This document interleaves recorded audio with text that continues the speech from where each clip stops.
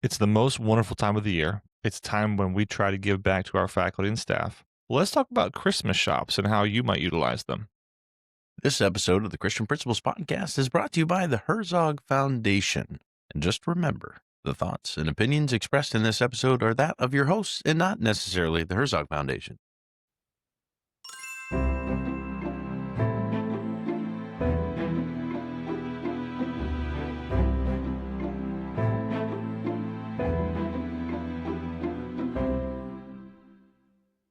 Welcome to Christian Principles Podcast. I'm Mark Zockoll. Oh, I'm Matt George. We've never done that before. Threw me off. It's okay, though. You do the read. I do the hook. You do the read. We move along well. We got this. We just ebb and flow.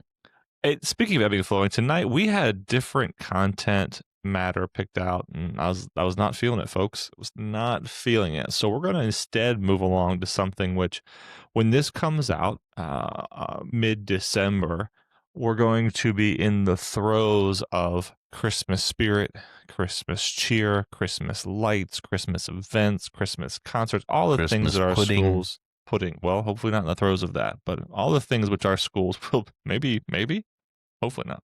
All the things which our schools will do to celebrate the Lord's birth. And that is such a blessed time. And one of the things which, Matt, your school has held time immemorium, and which schools outside of us in the school, I held my second stint, we held a Christmas shop. And these Christmas shops look like a lot of different things. But tonight we're going to talk about Christmas shops, the ins, the outs, the ups, the downs, the do's and the don'ts, and what works well and what doesn't. Before we keep rolling, we do want to make an announcement. This evening, for the very first time, episode 160, we officially make.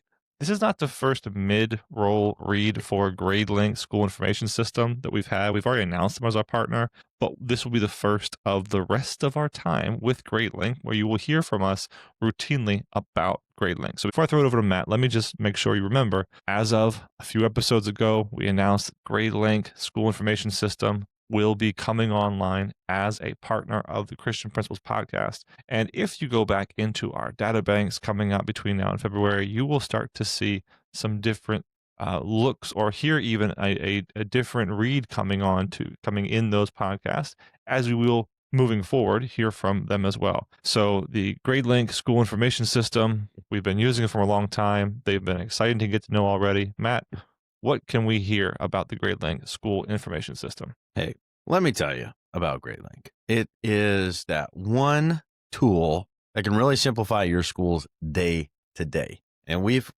been using GradeLink for many years. We love how they continue to add to be on top of new things that are just built to make our life as admin easier. So if you're interested in a student information system that can just make life easier for you, you can visit cpp.gradelink.com and take a look. You're going to get over there. You'll see our lovely little logo that reminds GradeLink that you got there by listening to us. But definitely give GradeLink a look. They offer many, many different things to our schools in just helping operate and keep life simple. At our most recent educators conference, when we were presenting as the podcast, we met a school of significant size that was still working in Office. They had no school information system, and we were excited to tell them about our experience with GradeLink. So make sure you log on, like Matt said, to cpp.gradelink.com. And for our consistent, long-time partner, the Herzog Foundation, please never forget about them. And tonight we want to highlight The Lion. The Lion is Christian education news focused from a biblical perspective on Christian education in the United States of America.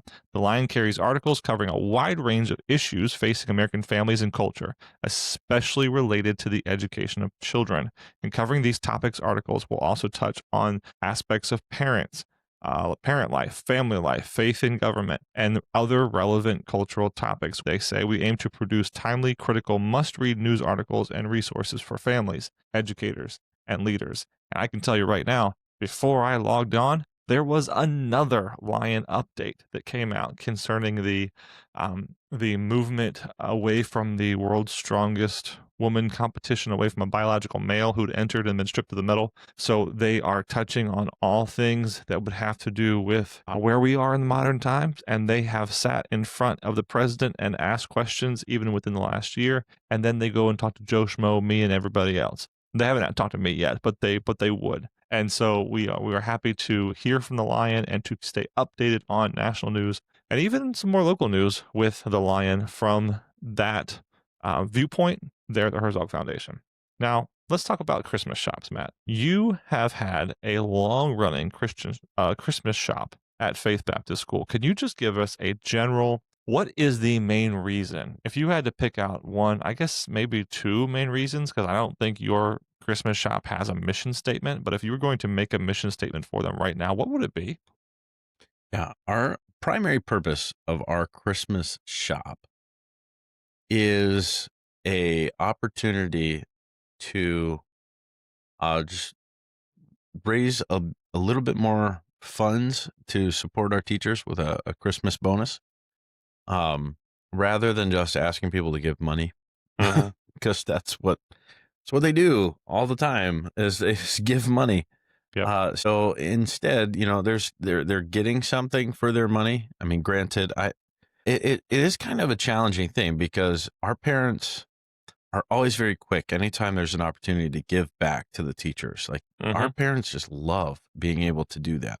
Absolutely. So it's I think maybe they would rather do that in a time way or some tangible way. But when you're just asking for money, I mean, some people are quick to throw the money, but yeah, rather than just doing an offering at a Christmas concert, or we try to do something a little bit extra special um and have this Christmas shop, which is an opportunity for our students to come and purchase gifts, not necessarily for themselves, even though I have to remind my own children Mm. it is not for buying for themselves. Mine brought They're to be home buying something others. for herself today, I know. actually. So Yeah, it happens.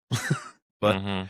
but but yeah, it's primarily to be thinking about others. And I was even sharing this in our announcements when I was telling the kids about a Christmas shop. It's just, you got to remember that people are already giving to you because they've provided all these things that are in the Christmas shop, and what a great opportunity that we can then pass that on to somebody else and bless them and give them something to be cheerful with. But I mean, And we'll keep get into and more specifics as to what yeah.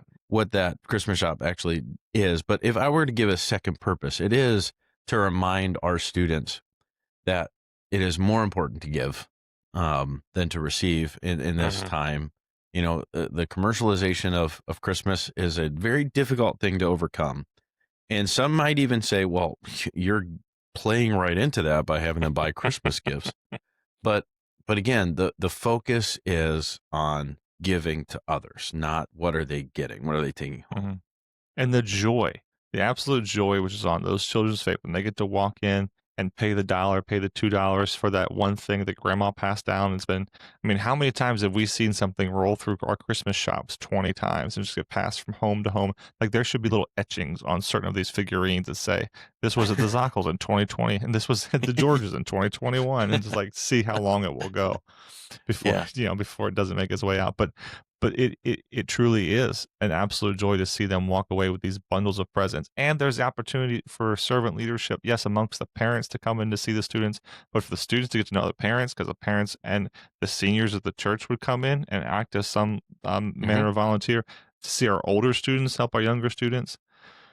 All of it. There's Just a lot of just opportunity. lots of Yeah. win, win, win, win, win, win, win. Lots of win, Yeah. win, win in there. That's really cool. Yeah. Now you need a lot of space and a lot of stuff, but if you got the space and the stuff, it works. It does work wonders. So I like the mission. So if we had a mission statement, first of all, to further bless our faculty and staff, that is the purpose of it, and then to see our students think about someone besides themselves in their gift giving. And to be honest, a lot of these students, they're not going to be able to give gifts of them, they don't have the money to give themselves, but they wouldn't be able to Right. make any purchases outside of that for the people that they want to bless. And it is pretty cool to be surprised with the oven mitts on Christmas by your 5-year-old who thinks that's the thing you need the most in the world. What a blessing.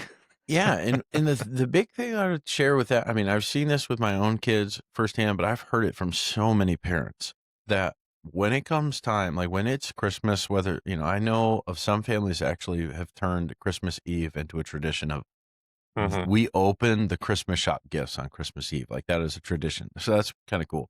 But when it comes time for that, those kids are almost more excited to see their sibling, their parents, their grandparents opening the gift that they got for them at Christmas shop than they're opening their own gifts. Completely. It's pretty cool to see. As it ought to be. Okay, now we've said Christmas shop, and I'm sure you might call it 100 other things where you're from.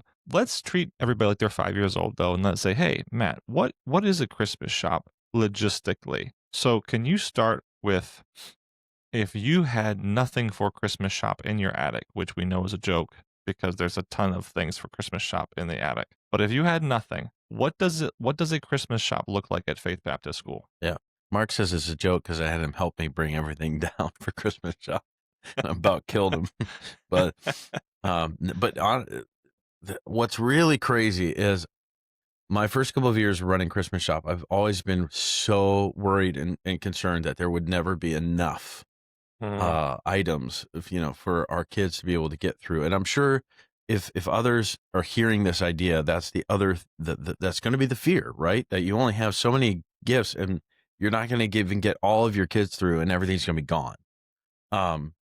And I found out very quickly that as long as you are, if it's a new thing, you will have to do some explaining, some communication, a lot of that ahead of time, what you're trying to do. But really, I want you to be thinking about almost a glorified multifamily yard sale.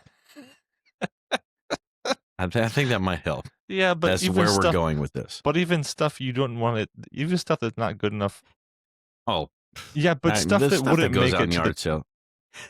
Yes, this stuff wouldn't make it to the yard sale. This stuff like gets dropped on the way. Like some of it, yeah, absolutely. Okay, but the thing is, that I've been to enough of these yard sales. I know it's just like, you know what, we got to get rid of this before we just throw it in the dumpster. Let's see if anybody will actually pay us for it. Like it's that kind of stuff. Yeah. And you put it out there and you say, hey, you did your yard sales and you couldn't sell some stuff, so give it to us and let's see what we can do. And granted, we're going to give it right back to you. Yeah, we're not. I purposely do not just put junk out there. Yeah, understand, like we're saying this in that we're asking for just thrown away things. We do try to find some quality stuff. Now, I will say that I'll share this because I thought it was pretty funny. Last year at Christmas, here's the other thing. I don't even know what my kids have bought because I didn't walk through with them. And I feel like we do a pretty good job of being able to filter through everything. But my mother-in-law was opening her gift from one of my children, and it was a candle. And it was a candle that had, a topper on it, like a cork, top. I was like, oh, that's pretty cool. And she opened that candle, and I have never smelled anything more rancid. Like this thing was just totally gone. And I was like, close that. Don't ever open it again. And I mean, it looked nice. And I'm sure that's all my kid cared about is it looked really nice. And grandma would love that. And she, she was a trooper. I love it. But Thank you so much. The great thing is that months after Christmas, we were back at her house and there was that candle up on that. I'm like, what are you doing? Like replace that thing. But no, my grandkid gave me that. But no, think of it like a yard sale. And as people go through their things and they realize, nobody, coming to our yard sale saw this, but somebody might value it, somebody might like it. So it might be a good gift. And so they give that to us. I store it. And then we bring it out at the Christmas shop and we will look through everything and decide, we don't want some child to accidentally buy this and it's really junky, and we want it to have some value. Yeah. But we're not putting top dollar prices on these things either. I think that's the other key. When it comes to yard sales, I am not a yard sale.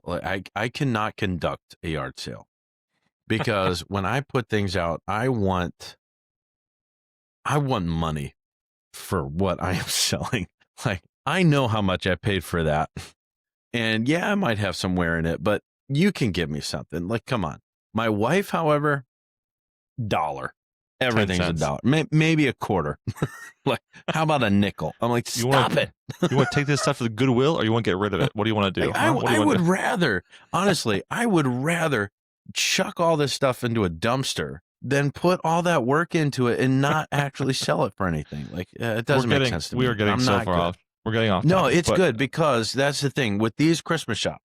That's not the goal. The goal is not so much make a ton of money, and that seems opposite of counterintuitive what our mission is. But again, you want kids buying these things, and if it's a price that's like, oh, I can't afford that, then you're not bringing in any money. So you do want to make a lot of money, but you have to be very aware that the way you're going to make the most money is to have students be excited beyond excitement to go and to buy the full extent of the $20 that parents sent them, not to walk in and say, oh, I can only buy one thing. This is stupid. And then to walk out like, I can only buy one thing. Haha, so sad. So I hear what you're saying, but to perhaps phrase it differently. So what you're saying is you get your parents, you get your stakeholders involved in providing you with materials, at least as a start, definitely as a startup, then continuing, and you pay the price in storage because you're going to store this stuff all throughout the years. People give you stuff throughout the year from when then so-and-so died and so-and-so's passing along, or I picked this up at a store. I wanted the Christmas shop to have it, or I got this lot of whatever it was and I want to give the Christmas shop half of them, or just all these things. And we're literally people going to yard sale just to bring it to Christmas shop. For the Christmas shop. So you're gathering all this stuff and you're paying the price of storage. But once it's time for the Christmas shop, then you have to find a dedicated place in the school. And what do you do?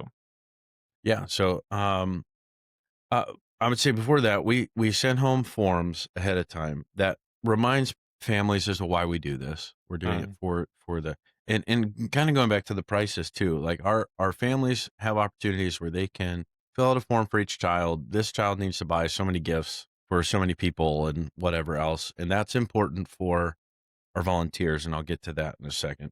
But then also they determine how much money they're going to send in, because we don't want the kids necessarily walking around with their money.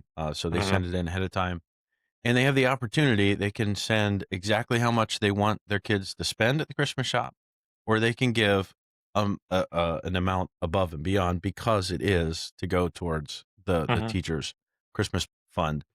And that, whatever they spend is great, but if there's anything left over, keep it for the fund and all that kind of thing. But yeah, so the next thing, we get it set up, and I know for our facility, we kind of set it up so that when they come through, they come in one way, they make a circle all the way through, but set it up like a store in some way, shape, or form.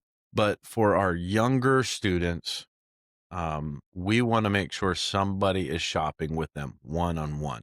So it's going to require volunteers for a couple of things. One, we have a Christmas shop coordinator. She is the one that's kind of running the shop. She has organized where everything goes, how it's all set up. She's determining the prices. She's putting stickers on all the things, how much it is, or she's got tables, $1 table, $2 table, that kind of thing.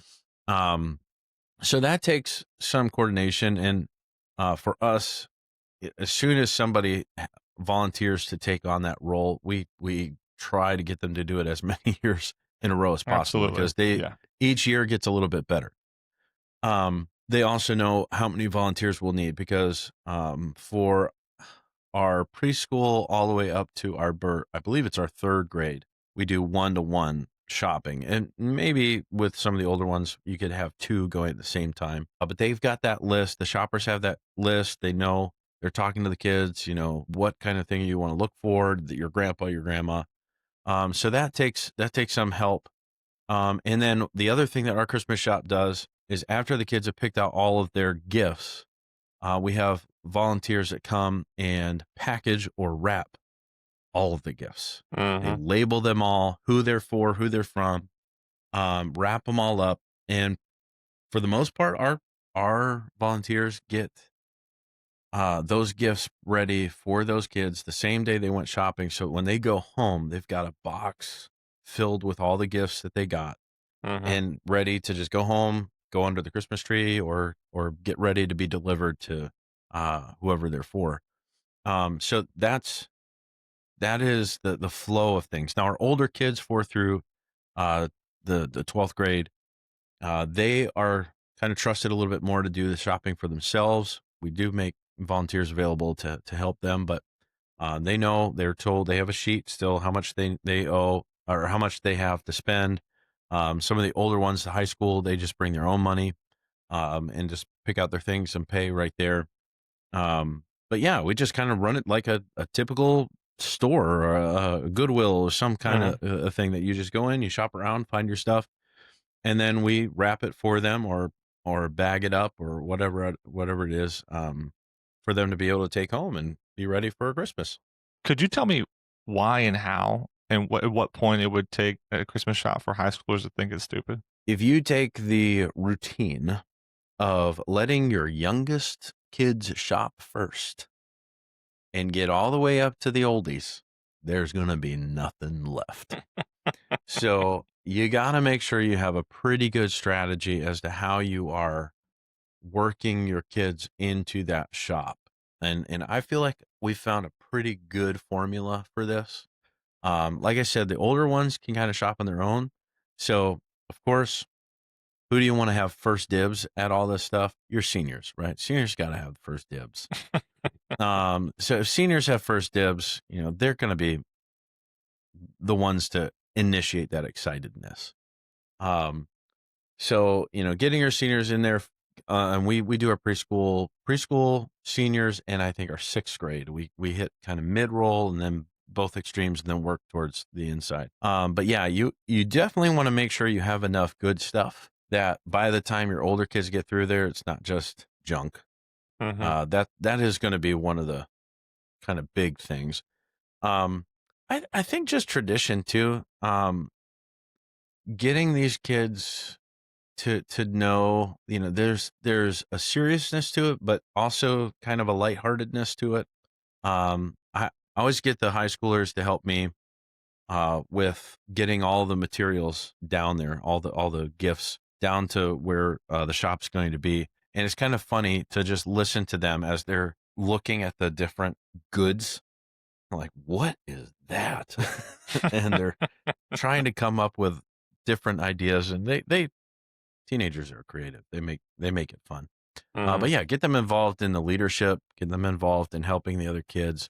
And a lot of these guys have always had Christmas shop. I mean, I think we are to the place where our seniors had Christmas shop in preschool, and it's been their tradition and it's something they look forward to. And the longevity of it really just makes it like you don't poo poo Christmas shop. No. It's pretty special. Whenever you've been saying GIFs, I just cannot stop thinking of the lossless format for image files that supports animated and static images. Every time I hear GIFs, I don't hear the T. It's just GIFs. Gift. I do need to tell a quick story about my second installment. There was a decision made to hold this was not my decision. This was a decision made by one of our middle school teachers to do a middle school fundraiser.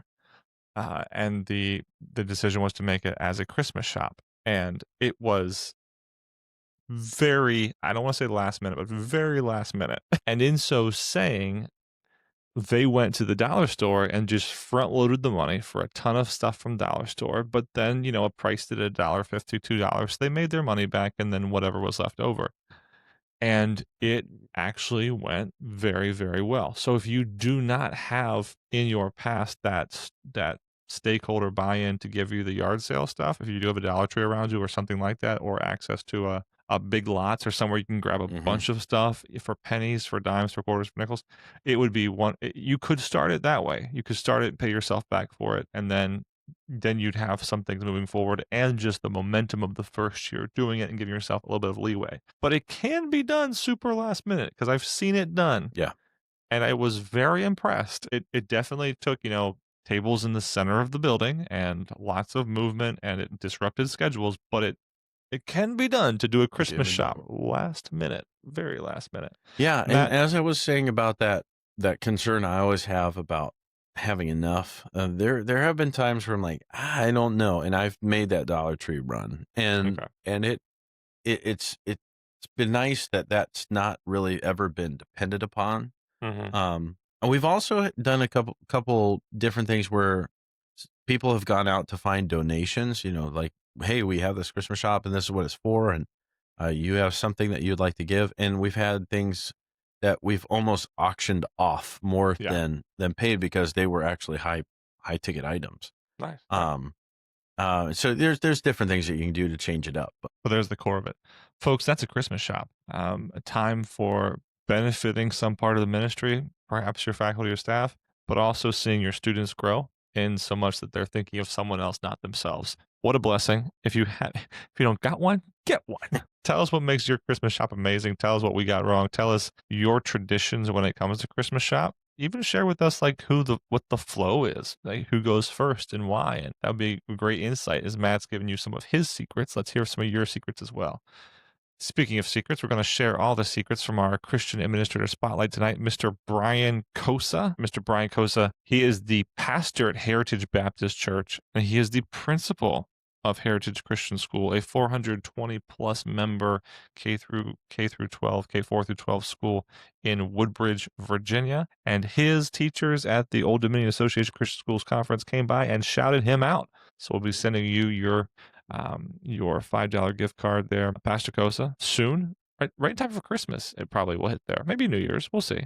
But we're excited for you, and thank you for your ministry there. Again, double duty where you are overseeing the church and overseeing the school, overseeing the ministries thereof. What a blessing. We're thankful for you. I'm going to pray for you tonight. Father in heaven, I thank you for Pastor Kosa. Bless him. Bless his ministries there. We thank you for the obvious blessings to this point of their student body. Of their growth, of their accreditation, of their memberships, of the buy-in from the church, and seeing such a large ministry there at the school. Bless them in this festive time of year. Make their students and their faculty and staff be focused on, of course, you and your son, and being the light in the world at this time. Might their service events in this time be beautiful and win others to you. Might their services at Heritage Baptist Church, of course, and as Pastor Kosa rightly divides the word of God before his people, may he do so with great fear, understanding, wisdom, and your blessing. We thank you for him. We thank you for those like him. We ask all this in the name of our Savior who came and was born. And we celebrate that birth here soon. Jesus. Amen.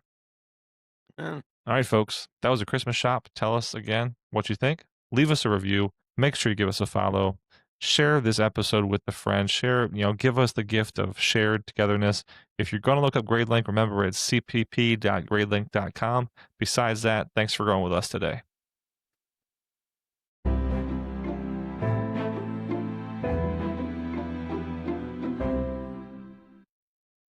We want to thank you for listening. We're honored that you spend this time with us each week. Our heart is to bring you practical conversations and resources that really serve you as a Christian school leader. One of the best ways you can help us spread the word is by leaving us a review and sharing the podcast with other Christian school principals you're connected with. You can also follow us on Facebook and Instagram. Join the conversation and share any posts that resonate with you.